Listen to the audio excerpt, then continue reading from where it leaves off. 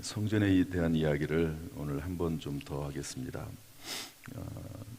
예수님께서 예루살렘에 입성하시는 순간은 예수님의 십자가의 죽음이 얼마 남지 않았다 하는 것을 의미합니다. 이것을 아는 사람은 아무도 없었습니다. 심지어 옥합을 깨뜨렸던 마리아도 성령의 감동하심에 의해서 순종함으로 예수님의 장례를 준비하게 된 것이지, 그런 내용을 예수님의 십자가를 정확히 알고 그렇게 옥합을 깨뜨렸다고는 볼 수 없을 것입니다. 사람들은 다 환호했지만 예수님은 예루살렘 입성이 곧 십자가의 길, 죽음의 길이었음을 예수님은 잘 알고 계셨고요. 그래서 며칠 남지 않은 그 기간 동안, 한 4일, 5일 그 기간 동안 모든 일들을 마무리하고 또 진액을 쏟아놓는 그런 일들을 하십니다. 첫 번째로 예수님이 하신 일 중에 중요한 일은 제자들을 불러놓고 그 제자들을 향해서 기도하는 것입니다. 그래서 당부할 일이 얼마나 많겠습니까? 그런 거 다 거두절미하고 제자들을 향해서 기도하시죠. 한번 따라서 합시다. 하나가 되게 하옵소서. 하나가 되게 하옵소서. 두 번째로 예수님께서 성전에 대해서 좀 정리를 하십니다. 성전에서 막 장사하고 성전에서 하지 못할 일을 하는 사람들을 대해서 다 성전을 뒤엎으세요. 그리고 성전은 오늘날로 말하면 굳이 말하면 예배당이라고 볼 수 있는데요. 예배당은 기도하는 집이다. 말씀을 가르치고 배우는 곳이다. 이곳에서 예수 그리스도가 선포되는 곳이다. 이렇게 말씀을 하십니다. 그리고 성전에 예수 그리스도께서 오심으로 말미암아 십자가에서 죽으심으로 말미암아 성전의 모든 기능은 폐지됐다. 그 속죄의 기능은 성전에서 대제사장의 기능은 폐지가 되고 이제는 예수님께서 단번에 영원히 온전하게 속죄하심으로 구원을 받게 됐다. 그래서 성전의 휘장이 찢어지는 일이 예수님께서 십자가 지실 때 일어나게 됩니다. 예수님의 마지막 순간과 예수님의 십자가 사건과 이 성전의 휘장이 찢어지는 사건은 아주 중요한 사건입니다. 구약시대에 대제사장 1년에 한 번씩 들어가서 속죄하던, 매년 반복하던 그 일이 이제 필요가 없어지고 오직 예수 그리스도로 말미암아 단번에 영원히 완전하게 구원을 받게 됐다 하는 것을 예수님께서 말씀하셨습니다. 그리고 나서 성전 파괴에 대한 이야기를 예수님께서 하십니다. 이것을 이제 예언의 이중성이라고 그렇게 말씀하는데요. 실제로 성전이 파괴되는 이야기를 할 뿐만 아니라 이 성전 파괴가 마지막 대환란 그리고 이어지는 예수 그리스도의 재림으로도 심화해서 말씀을 하시죠. 그래서 오늘 우리 13장 말씀 읽었는데 우리 1절 말씀 한번 읽어볼까요? 1절 말씀 다 같이 시작.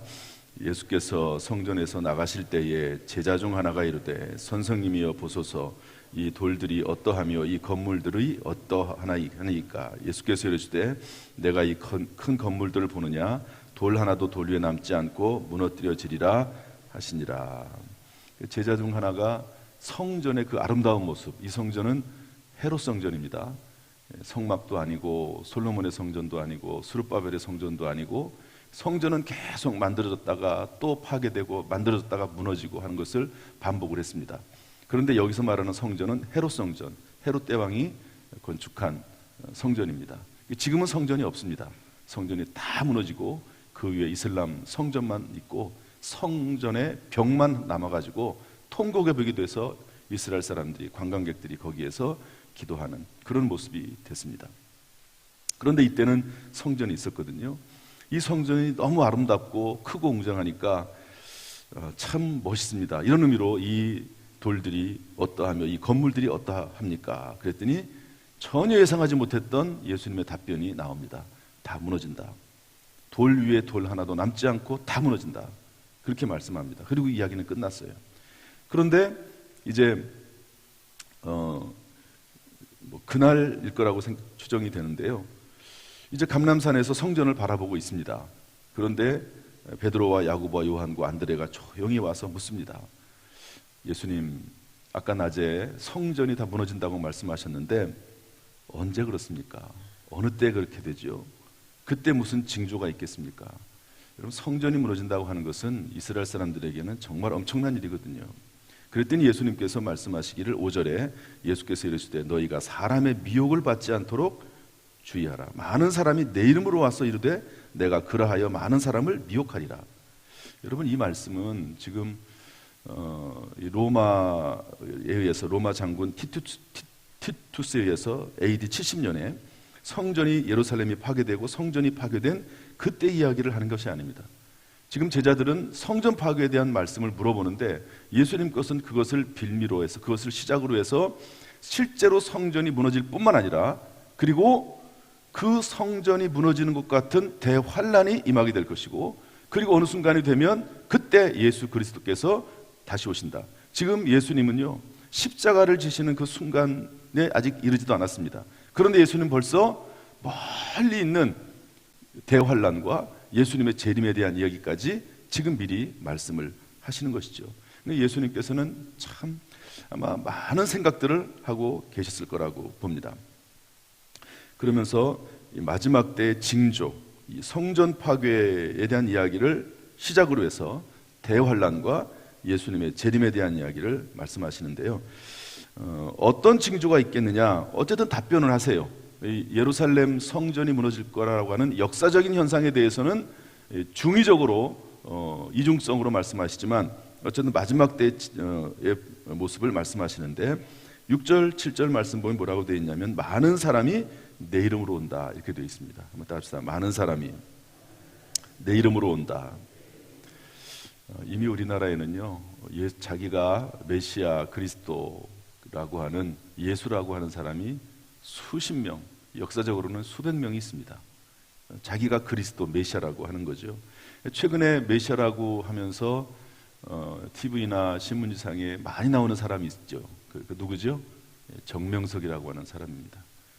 완전히 이단 사입이죠. 여러분, 정명석이라고 하는 단어가 JMS입니다.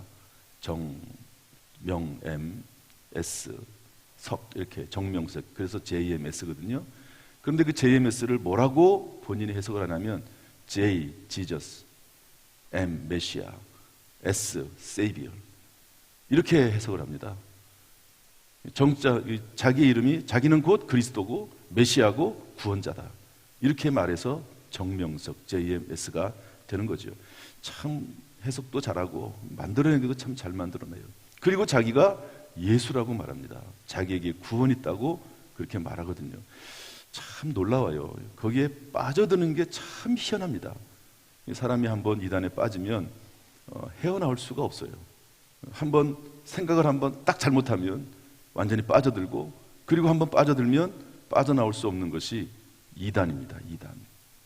정명석이 자기가 메시아다, 그리스도다 이렇게 말하거든요. 마지막 때가 되면 그렇다는 겁니다. 마지막 때가 되면. 그리고 7절에는 뭐라고 말씀하고 있냐면요. 아무튼 이런 그런데 중요한 것은 뭐냐면 많은 사람이 내 이름으로 와서 이르되 내가 그러하여 많은 사람을 미혹하리라 이렇게 되어 있거든요. 그러니까 예수님께서 미리 말씀하세요. 마지막 때가 되면 이런 일들이 일어나게 된다. 그리스도라고 하는 사람이 많이 일어나게 된다. 그렇게 말씀하고 있습니다.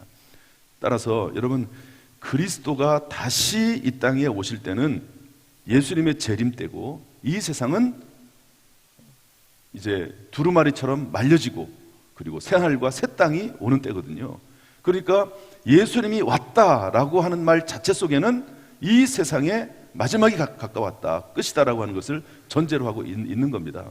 예수님께서 하늘에서 승천하신 것처럼 다시 오신다고 말씀하고 계신데 그러면 이 세상은 새하늘과 새 땅으로 변화가 되는 것이죠. 그러니까 예수의 이름을 가지고 와서 활동한다라고 하는 것 자체는 의미가 전혀 없습니다. 성경적으로 볼 때는 그런 일이 존재할 수가 없거든요. 그런데 그런 일이 생기게 된다라고 말씀하면서 주님께서 그 징조에 대해서 설명하시고요. 7절 말씀 보면 난리와 난리, 소문이 있을 것이라고 말씀합니다. 따라서 난리와 난리, 소문. 여러분, 지금까지 얼마나 많은 난리와 난리의 소문이 있었습니까? 현재도 러시아와 우크라이나가 전쟁하고 있죠. 여러분, 전쟁은 모든 범죄의 종합판입니다. 전쟁은 정말 일어나서는 안 될 거죠. 우리가 TV를 통해서 보고 있는 전쟁의 모습은 아무것도 아닙니다. 그 속에서 얼마나 무섭고 추악하고 더럽고 도저히 일어날 수 없는 일들이 일어나는지 모릅니다. 그런데 지금 그런 일들이 일어나고 있고요. 물론 과거에도 있었지만, 그래서 저는 성경에 보면 예수님이 오실 때부터 마지막 때라고 말씀하고 있습니다. 예수님은 언제라도 오실 수가 있는 것이죠. 단지 회개하기를 더 기다릴 뿐이시라고 성경은 우리에게 알려주고 있습니다. 이것이 마지막 때의 징조다. 그 다음에 9절부터 13절 말씀을 쭉 보면은요, 이제 그때가 되면, 아주 절정에 달할 때가 되면 공회에 믿는 사람들을 넘겨주고, 그리고 매질하고 권력자들과 임금들 앞에 서서 고난을 당하고, 사람들을 끌어다가 넘겨주고, 형제간에 아버지가 자식을 죽는 데 내어주고, 이 믿음 때문에, 신앙 때문에 이런 일이 일어나게 되고, 예수님의 이름으로 말미암아 모든 사람에게 미움을 받을 때가 올 때, 그때가 올 것이다 라고 예수님께서 말씀하고 있습니다. 이것이 마지막 때의 모습이지요. 그런데 이 모든 일이 있지만 아직은 그때가 아니다. 대환란의 때나 예수님의 재림의 때가 아니다라고 말씀하시면서요, 확실하게 분별하라고 이야기해 주십니다. 그것은 뭐냐면요, 우리 10절 말씀 읽어보겠습니다. 10절 말씀 다 같이 읽어보죠. 시작. 또 복음이 먼저 만국에 전파되어야 할 것이니라. 복음이 만국에 전파되어야 된다. 온 세계에 복음이 전파되면 그때 예수 그리스도께서 다시 오신다. 여러분, 복음은요, 거의 만국에 전파가 되었다고 볼 수가 있습니다. 지난번에 어떤 선교사님이 오셔가지고 미전도 접촉, 미전도 종족 이런 얘기를 했어요. 그러니까 교회가 증거되긴 했지만 교회가 거의 뭐 형체를 알 수 없을 정도로, 그 존재를 알 수 없을 정도로 적을 때 미전도 종족이라고 해서 그 전 지역에 전도를 하지요. 그런데 미접촉 전도라고 하는 게 있습니다. 아예 복음이 들어가지 않은 곳, 예수 그리스도가 아예 모르는 그런 곳도 있다는 거죠. 그래서 이제는 미전도 종족 정도가 아니라 미접촉 종족을 전도하는 이제 그런 때로 접어들었습니다. 아예 접촉하지 못. 그런데 그것도 점점 숫자가 줄어들어가고 있고, 여러분, 세상에 예수를 믿지 않는 것과 예수 그리스도에 대한 복음이 들어가지 않은 것은 차이가 있습니다. 지금은 점점 복음이 전 세계에 전파가 되고 있다는 거예요. 이제 거의 전파가 되고 있습니다. 그래서 복음이 만국에 전파가 되면 그때 예수님이 다시 오시는데요, 땅끝까지 복음이 전파가 돼야 되겠죠. 그럼 어디가 땅끝이냐? 해석이 많습니다. 사도 바울 시대 때는 스페인이 땅끝이라고 생각을 했습니다. 그래서 사도 바울은 로마를 거쳐서 스페인에 가서 복음을 전하기를 원했죠. 그런데 오늘날 땅끝은 어디라고 해석을 합니까? 땅끝은 이스라엘 예루살렘이라고 해석을 합니다. 예루살렘에서 시작을 했지요, 복음이. 그래서 전 세계를 한 바퀴 돌아서 다시 예루살렘으로 돌아오면 땅끝에 이르는 것이고, 그리고 이제 예수님이 다시 오신다, 이렇게 해석을 하는데요. 여러분, 지금 이스라엘 예루살렘에 복음이 전파되고 있습니다. 지금까지는 단 아주 쉽게 말해서 바늘로 찔러도 피 한 방울 안 나올 정도의 그런 모습이었는데, 이스라엘에 복음이 전파되고 있고, 그리고 이스라엘에 예수 믿는 사람들, 메시아닉 주, 예수님을 메시아로 인정하는 유대인들이 지금 일어나고 있습니다. 여기에 대해서 로마서 11장 25절 27절은 이렇게 말씀하고 있습니다. 이방인의 충만한 수가 들어오기까지 이스라엘의 덜어는 우둔하게 된다. 이것이 신비인데, 그리고 이스라엘이 어느 날 어느 순간에 다 돌아올 때가 오게 되는데, 온 이스라엘이 구원을 받게 되는데, 이때가 곧 예수님이 다시 오실 때임을 성경은 말씀하고 있는 것이죠. 지금은 Back to the 예루살렘, 예루살렘으로 돌아가자, 예루살렘의 복음을 증거하자 하는 운동들이 일어나고 있습니다. 그러므로 여러분, 우리가 징조를, 이런 여러 가지 많은 징조들이 있는데요, 이 징조들은 반복되기도 합니다. 그런데 만국에 복음이 전파되고 거의 전파가 됐다고 볼 수 있습니다. 그리고 이스라엘이 회복이 될 때, 그때가 바로 예수님이 다시 오실 때임을 성경은 말씀하고 있는 것이죠. 그렇다면 이제 그때를 향하여서 가는 우리에게 예수님은 어떤 말씀을 하시는가? 여러분, 이제 예수님은 곧 머지않아 십자가를 지고 운명하십니다. 우리의 죄를 대신해서 운명하시죠. 그러면서 예수님의 십자가 사건과 그리고 그 이후에 있어질 일들과 그리고 예수님이 다시 오실 때의 징조에 대한 이야기를 쭉 말씀하시면서 우리에게 뭐라고 권면하시느냐? 5절 말씀 읽어보겠습니다. 다시 한번 읽어보죠. 5절 다 같이 시작. 예수께서 이르시되 너희가 사람의 미혹을 받지 않도록 주의하라. 사람의 미혹, 이단자들, 이런 사람들의 미혹을 받지 않도록 주의할 것을 첫 번째, 마지막 때의 가장 큰 미혹은 사람의 미혹입니다. 마지막 때에 정말 좋은 목회자들 만나는 것도 큰 복이라고 성경은 말씀하고 있는데요, 마지막 때의 가장 큰 미혹은 사람을 통해서 주어지는 미혹입니다. 사람을 조심하고 또 그리고 그 메시지들을, 그 입에서 나오는 메시지들을 조심할 것을 말씀하고 있습니다. 7절 말씀에 또 이렇게 말씀하고 있습니다. 읽어보겠습니다. 7절 말씀 다 같이 시작. 난리와 난리의 소문을 들을 때에 두려워하지 말라. 이런 일이 있어야 돼. 아직 끝은 아니라. 두려워하지 말라. 한번 다 합시다. 두려워하지 말라. 두려워하지 말라. 성경은 창세기부터 계속 우리에게 말씀하고 있습니다. 두려워하지 말라. 놀라지 말라. 내가 너를 지명하여 불렀나니 너는 내 것이라. 말씀하시면서 두려워하지 말 것을 말씀하고 있습니다. 분별해야 되지요. 사람의 입에서 나오는 말씀을 잘 분별해서 비성경적이고 그리스도가 아닌 그런 메시지가 전파가 되면 분별해서 물리쳐야 될 것입니다. 그러나 그 세상, 그 시대를 살아가는 우리의 마음은 늘 두려워하지 않고 그리스도 안에서 충만하기를 원하고 있습니다. 12절 말씀 다 같이 읽어보죠. 12절 다 같이 시작. 형제가 죄송합니다. 다시요. 11절 말씀입니다. 11절 시작.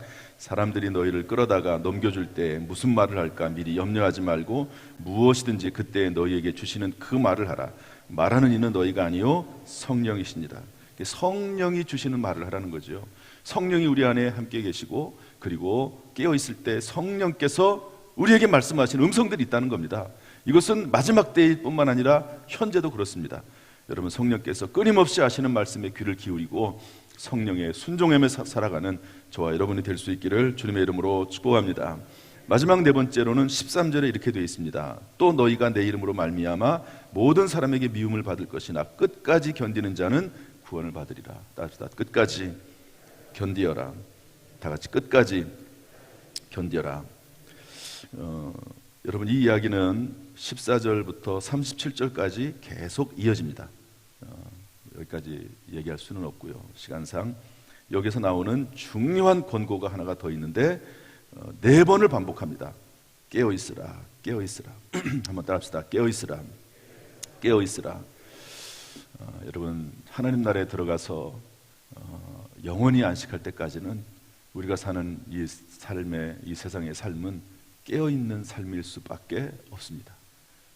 깨어있는 것은 기도로 깨어있고 말씀으로 깨어있는 것이고 예배로 깨어있는 것이죠. 서로 돌아보고 격려하고 권하면서 깨어있는 것입니다. 그래서 여러분, 이 땅에 사는 동안은 모세가 말했듯이 수고와 슬픔뿐이요 신속기간이 우리가 날아가나이다, 이런 것을 기본적으로 전제해야 됩니다. 이 땅에서 지상낙원이 임할 것을 꿈꾸면서 바라보지만, 그리고 이 땅의 지상낙원을 꿈꾸면서 만들어진 그런 여러 가지 정치 제도나 체제도 있지만, 그러나 그렇게 시작을 했지만 결국에는 오히려 그렇게 세운 지도자들이 착취하고 억압하고 독재하고 하는 그런 나라가 이 세상이라 하는 것을 역사가 증명을 하고 있습니다. 여러분, 깨어서 주님의 나라를 준비하고 새하늘과 새 땅을 준비하는 저와 여러분 될 수 있기를 주님의 이름으로 축복합니다. 할 수만 있으면 하나님 앞에 은혜와 능력을 받아서 예수 그리스도를 전파하고 하나님의 뜻 가운데 많은 사람들을 섬길 수 있는 저와 여러분, 우리 교회가 될 수 있기를 주님의 이름으로 축원합니다. 축원합니다. 기도하겠습니다.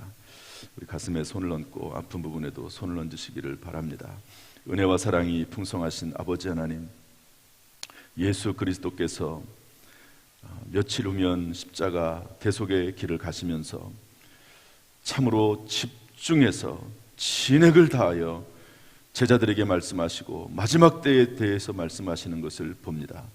예수 그리스도의 말씀을 마음속에 잘 새기고 살아갈 수 있도록 늘 우리를 인도하여 주옵소서.